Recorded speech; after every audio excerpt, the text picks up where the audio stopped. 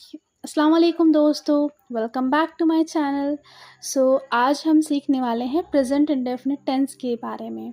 And thank you so much आप सभी का इतना सपोर्ट करने के लिए। एंड आज हम, जैसे कि मैंने आपको बताया, आज हम सीखेंगे प्रेजेंट इंडेफिनिट टेंस के बारे में। जैसे कि हमने पहले ऑलरेडी डिस्कस कर चुके हैं कि टेंसेस क्या होते हैं और कैसे हम उसको आइडेंटिफाई कर सकते हैं। अगर आप नहीं समझते हैं या आपको नहीं पता है इसके बारे में, तो आप प्लीज़ मेरा जो प्रीवियस वीडियो है वो ज़रूर देखें। बिना कोई टाइम वेस्ट किए हम लोग स्टार्ट करते हैं। Let's start.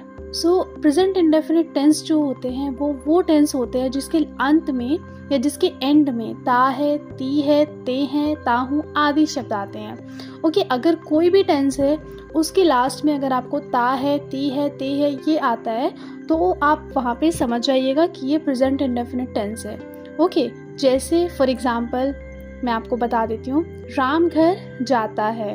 यहाँ पे at the end of the sentence क्या आ रहा है? ता है। तो हमें यहाँ से हम पहचान सकते हैं कि ये कौन सा सेंटेंस है। ये है प्रेजेंट इंडेफिनिट टेंस।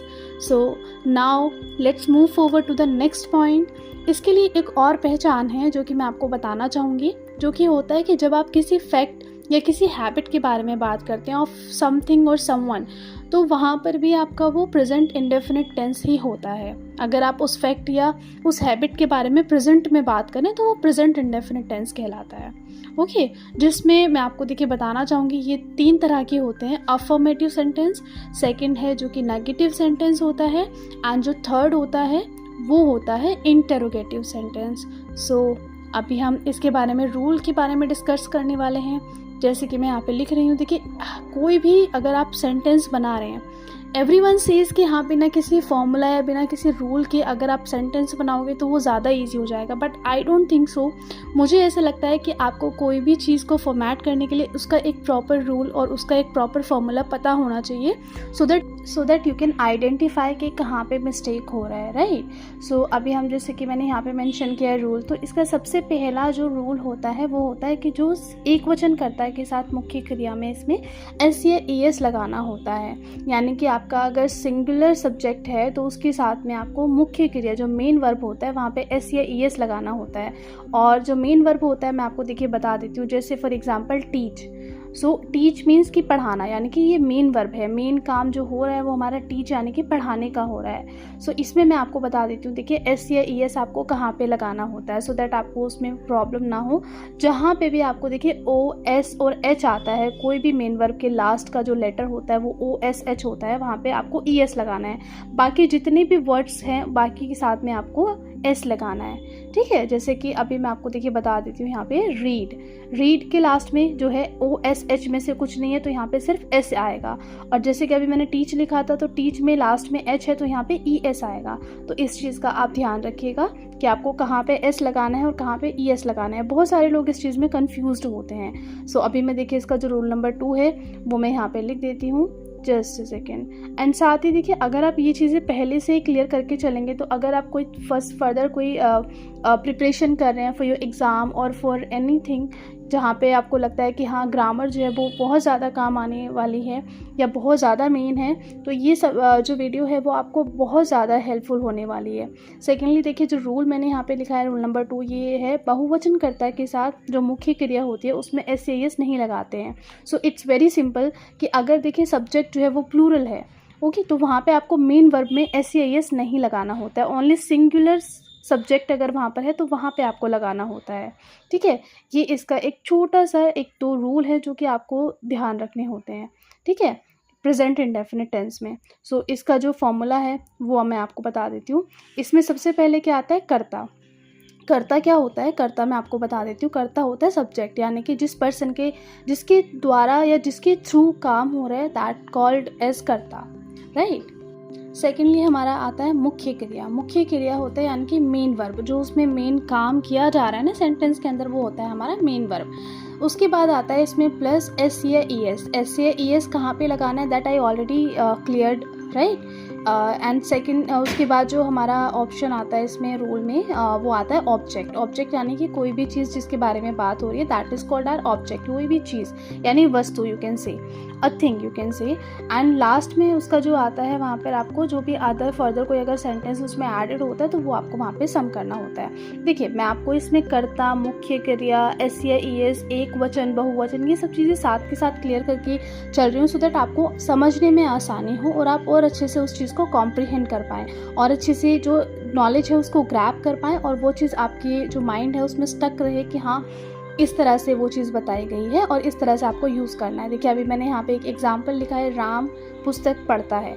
ये एक छोटा सा बहुत ही सिंपल सा सेंटेंस है प्रेजेंट इंडेफिनिट का, जिसको अभी हम इस रूल का यूज़ करके हम इसको बनाने वाले हैं। देखिए आप जब समझ पाएंगे रूल का, उसके बाद ही आप अच्छे से उसे ग्रैब कर पाएंगे और अच्छे से उस चीज़ को अपने जो ज़बान है उस पर आप ला पाएंगे सो दैट आप फ्लुएंटली बोल पाएँ उस चीज़ को। तो इसमें सबसे पहले क्या है, कर्ता।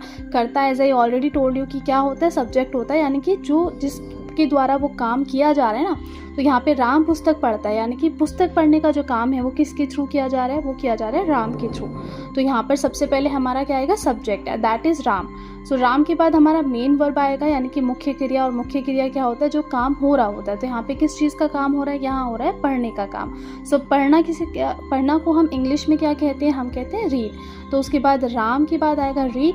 अब मैंने आपको देखिए दो बहुत ही इंपॉर्टेंट रूल बताए थे आपको, दैट इज़ कि अगर एक वचन करता है यानी कि अगर सिंगुलर सब्जेक्ट है तो वहाँ पे आपका मेन क्रिया में यानी मेन वर्ब में एस या ई एस लगाना होता है। तो यहाँ पे हमारा राम जो है वो एक सिंगुलर पर्सन है, सिंगुलर सब्जेक्ट है। तो यहाँ पर आपको रीड यानी कि मेन वर्ब के साथ में एस या ई एस लगाना है। नहीं ऑलरेडी टोल्ड यू, जहाँ पे ओ एस एच आएगा वहाँ पे ई एस लगेगा, बाकियों के साथ एस लगेगा। That is why I added yes only, okay, sorry S only, okay. S करने के बाद देन लास्ट में हमारा आएगा ऑब्जेक्ट। ऑब्जेक्ट क्या है, हमारा पुस्तक, एंड पुस्तक is called in English as book, okay. तो ये हमारा सेंटेंस कंप्लीट हो गया, राम रीड्स बुक। सेकेंड हम जो सेंटेंस आ जाते हैं वो है तुम विद्यालय जाते हो। देखिए बहुत सिंपल सेंटेंस मैंने आपको लिखे हैं यहाँ पर आपके लिए सो दैट आपको अच्छे से चीज़ें क्लियर हो पाए, राइट। जैसे कि तुम विद्यालय जाते हो, तो इसमें सब्जेक्ट हमारा क्या है, वो है यू यानी कि तुम। देन हमारा क्या आएगा सेकेंडली, आप हाँ यहाँ पर बिल्कुल करेक्ट, यहाँ पर आएगा हमारा सेकेंडली जाना यानी कि गो। Then you go.